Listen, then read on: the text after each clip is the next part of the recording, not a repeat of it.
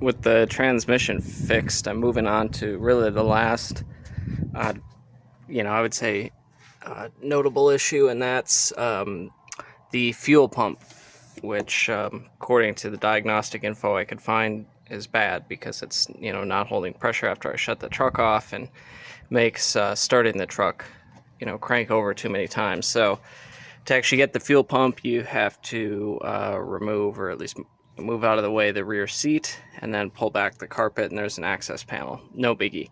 I have my new pump there. I'm actually waiting on an extra seal, so I was advised to use the OEM seal instead of the one that comes with the pump.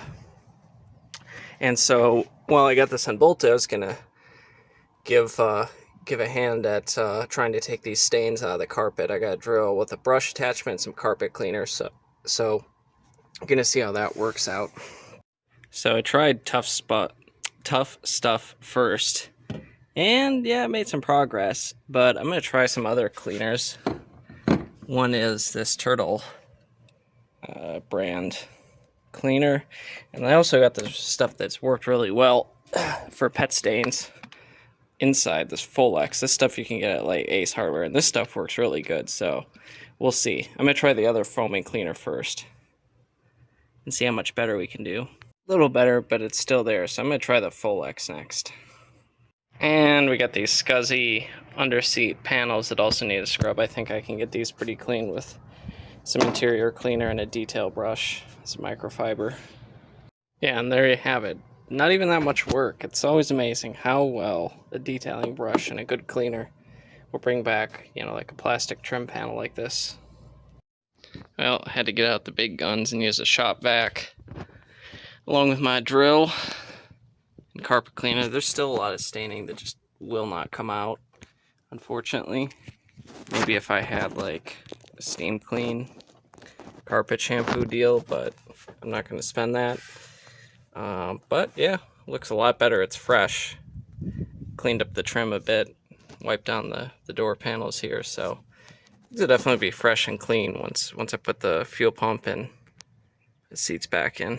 Where we're at, I've cleaned up the carpet back around this area where the seats are, cleaned up the door panels a bit. And now I'm going to pop off that plate to access the fuel pump and get that out of the truck. And then from there, we'll work on getting the fuel filter out. And of course, to do that, we'll need to jack up the truck and take that tire off, and then remove the fender liner.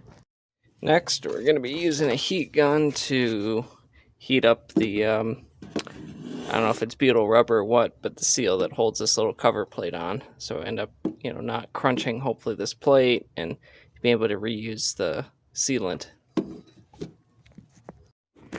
And the cover is off, and now of course we can see the fuel pump, the lines, and then the big lock nut that holds it in. First thing I'm going to do though is just clean up the dirt and crap around there so we don't get dirt inside the tank.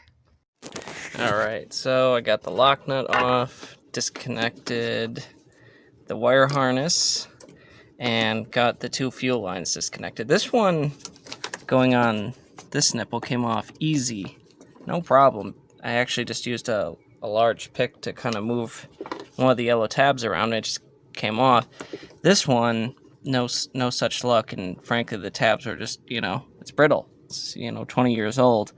So yeah, this one just would not come off, even with janking with the tabs a bit. So since I'm replacing the fuel pump and these lines anyway, I just snapped this off. I'm not going to fight for an hour trying to get off some piece of crap plastic I'm just going to throw away.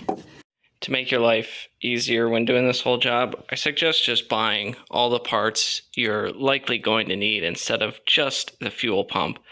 So of course, there's the fuel pump. This is the OEM Delphi unit, and it comes with the seal, but it was recommended on a review I saw on Amazon to purchase the OEM seal and screw cap, because this one is like a little bit thinner and not as substantial as the OEM.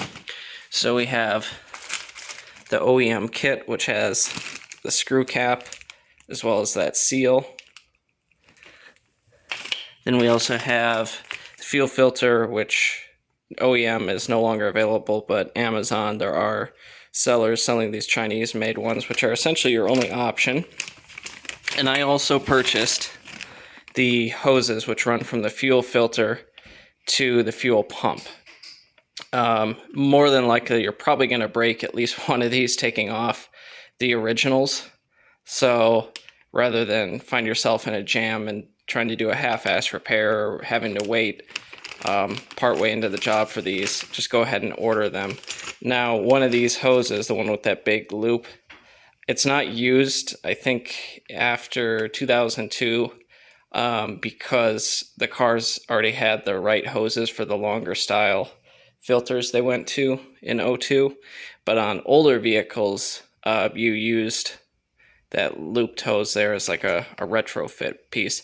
There's some articles on forum posts on the subject I'll try to link, but yeah, you definitely want to buy basically everything that could possibly break or be messed up, not just the fuel pump. And then there's a clip that holds the fuel feed line to the fuel filter, and it runs like all the way from the fuel filter to the engine at the front of the truck.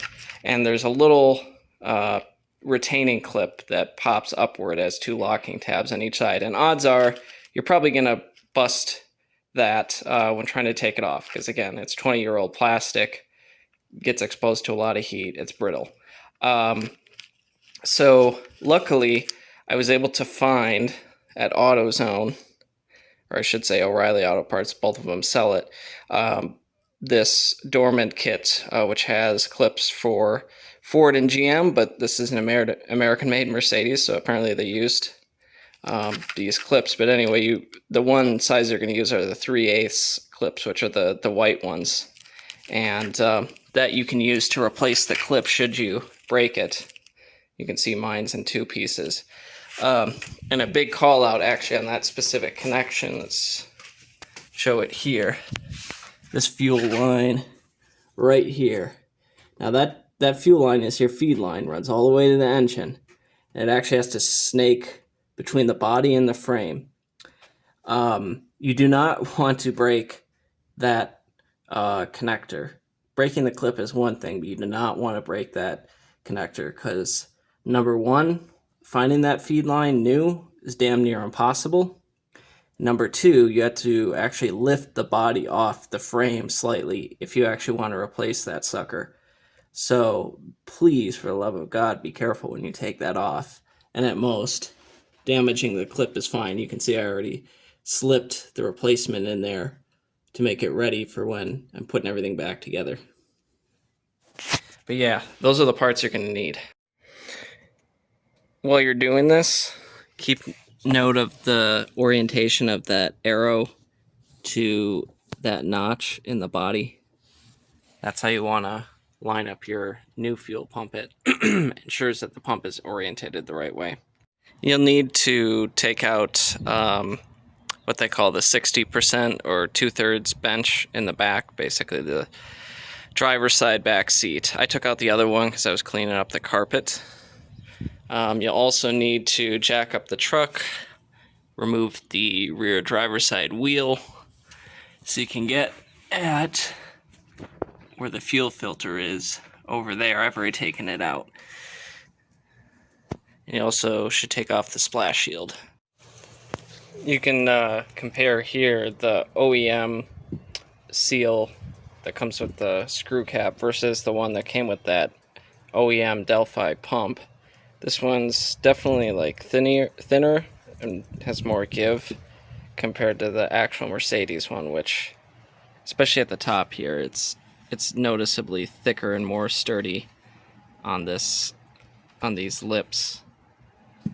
So, I mean, you might get away with using the one, but when it comes to rubber seals and fuel, I just wouldn't play around. The other thing, it does recommend in Wiz, the factory service for this truck, to coat this with oil to help ensure a good seal. Now, I'm not going to put oil. What I'm going to do is spray this with like some silicone spray, which is pretty much the best way to ensure your O-rings and rubber seals don't leak.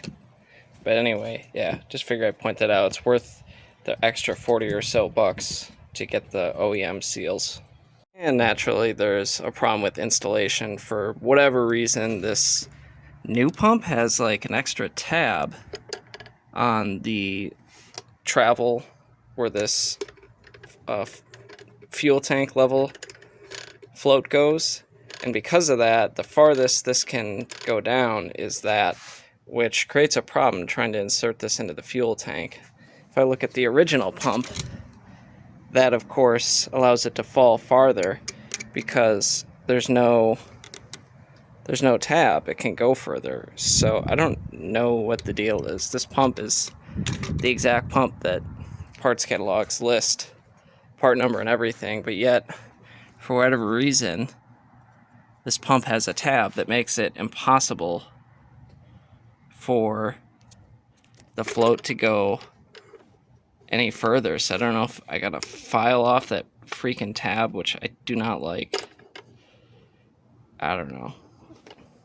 This always happens. Everything points to something should work, and then it doesn't. And with a little bit of very careful filing, with some small metal files, I just filed down that stupid tab that for whatever reason was blocking the travel of this thing, the float level. So now the thing can actually, I can actually get this thing into the tank, which would have been impossible with it sticking out like that, not being able to move farther inward. I looked at the picture of this pump on Amazon, and there were a lot. It seems to be a legit part, but for whatever reason, their plastic molding had that extra tab. And I even went so far as to make sure, even if I put a little pressure, that this thing would not get caught up. Because the last thing I'd want is to go to this trouble, and then this stupid thing gets stuck while inside the tank, and then, yeah, just a nightmare over a stupid little tab. So anyway, yeah, I don't like modifying brand new parts that I just paid for, but I'm not going to horse around waiting for yet another pump that probably has the same issue. So anyway, pump in, the arrows facing that crease there in the body. I tightened the lock nut down until it just stopped and didn't push it any further. Used a large screwdriver and a hammer just to turn it and torque it down. So then next step is going to be running the two lines to the fuel filter, and you can see the orientation there. I just kind of figured it out by putting those to where they would sit on the fuel pump side. You can see the 90-degree bends, and then how one would overlap the other, and you can see how one would fit perpendicular to the other on the fuel filter. Fuel pump is installed. Got the arrow on the pump lined up with the spot on the body there, that crease. Got the lock nut tightened down. I had to use a screwdriver with a hammer to tap that fully, tight. And then, of course, I got these new fuel lines, which will go under there to the fuel filter, which is mounted on the frame. And this looks to be the correct orientation of the fuel hoses. It's clear to me that you really do need to attach the lines first to the fuel filter, and then put it in, feed those up through, and then attach it to the fuel pump, and not the other way around, because you just cannot grab the ends and get them onto the fuel filter if it's already attached. These lines are attached to the pump first. But the OEM, I'm going to use my air quotes, the OEM Delphi pump made in Thailand, the one I got, craziest thing ever, defective out of box, but the pump ran, but it just wouldn't pump any fuel. I've never seen that or heard of that, but whatever. I have great luck when it comes to parts. So yeah, that piece of shit's going back to Amazon, and since I wasn't going to wait a week to try and get another Delphi pump from a different company, I just decided to opt for some good old AutoZone Chinese-made garbage. but it's got a lifetime warranty, and if it fails, unlike an online one, I can pop it out and go to my local Autozone and pop a new one in. And since I'm not going to have to do the fuel filter or anything like that in the situation, it's not the worst thing in the world. So yeah, truck starts up, runs great. I got to still seal this up, but yeah, there you have it. Even the supposed OEM quality doesn't guarantee shit these days. After completing the installation of the full fuel pump and all that, clean off, of course, the little round cover and the surface there on the body that it goes to, and you use some sort of sealant or adhesive. I use this stuff, which I purchased at Ace Hardware for around $10. Super glue, Total Tech, all-in-one adhesive plus sealant. I think that's perfect for this application. It's really just to seal out any potential fumes, moisture, that kind of deal. It's not like a pressure sensitive seal. I've seen other people use Permatex Black and stuff, and that's probably fine, but this is what I used. After installing that pump from Autozone yesterday, everything seemed to be perfect. Truck started up easily, both from cold and hot, no long cranking times. But then later in the day, I went to move the truck after it had been sitting, and sadly, I started getting the same symptom where it, takes a couple of key crank cycles to start up, and it would actually kind of pop a little bit like it was trying to start. So I was really, frustrated, thinking maybe the Autozone pump was bad in the same way the original pump was, where it'd start the truck and it would not hold fuel pressure after I shut the truck off.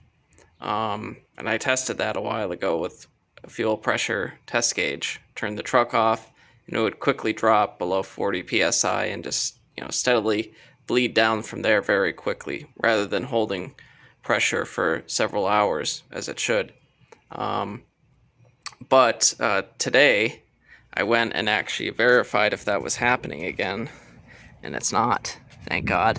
So that Autozone pump seems to be good. This is several hours after starting the truck from cold after sitting overnight, and it's still holding fuel pressure from when I tested it this morning. So I know the pump's good. So it begs the question, what the heck is still causing the truck to be hard to start sometimes?